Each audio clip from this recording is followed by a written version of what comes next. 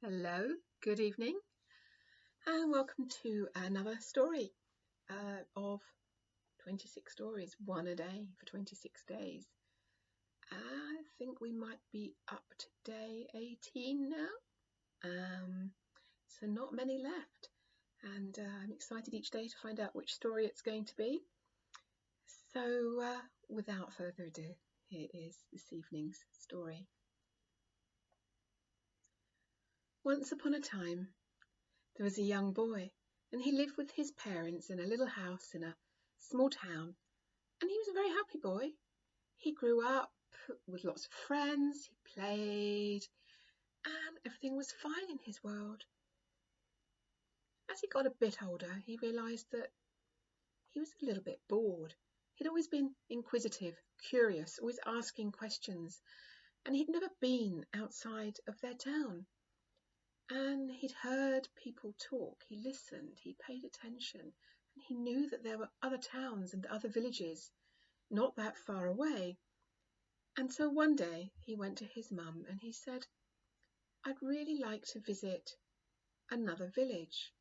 Is it possible? Would you let me walk from here to the closest one?" And she thought about it. And she thought, why not? Now, you do have to understand that this was a really big decision for his mum, because this is in the time before mobile phones. I know that's hard to either imagine or remember, but there were no mobile phones at this point in time, and there may not even have been public telephone call boxes. And even if there weren't any on the route that he would need to take from his town to the village he'd like to visit. But his mum knew that he was a sensible boy and she trusted him, so she made sure that he understood the directions for where he wanted to go. She packed up his lunch, put him some nice sandwiches, some crisps, a bottle of fizzy pop, some really delicious juicy fruits that they grew locally, and he popped that in his backpack and off he went. Oh, he was very happy. He walked up a hill, and then he walked down a valley and across the valley, and he walked through a forest. And as he came to the other side of the forest, he realised that he must be getting closer to his destination, because there were people gathering in groups and clusters, talking amongst themselves. They seemed quite agitated. So he went up to some of these people. There was a group of men. He went up to them and he said, "Excuse me, what's going on? Have I arrived at the name of this village?" And they said, yes, you have. And we're here because we're out here outside of the village because there is a monster, a great big green monster sitting in our village square. Well, thought the boy, that can't be right. There isn't such a thing as a green monster. So he just carried on. He went past all these groups of men outside the village and the women. He found the women and the children also kind of huddling up together and excitedly and in a most kind of terrified way talking about this monster. And as he went through the village itself, he saw people hiding behind their windows, peeping out from behind their curtains to see what was happening, what the monster was going to be doing. And it wasn't long, because it wasn't a big village, before he arrived in the village square. And he could see in the middle of the square, on a dirt patch, a green circular blob. Didn't really have another word for it. And as he got closer to it, he started to laugh. He threw back his head and he just laughed and laughed and laughed. For he knew that this was no monster. And so he turned and he called the villagers, "Come, it's quite safe. Come on, come here. I know what this is.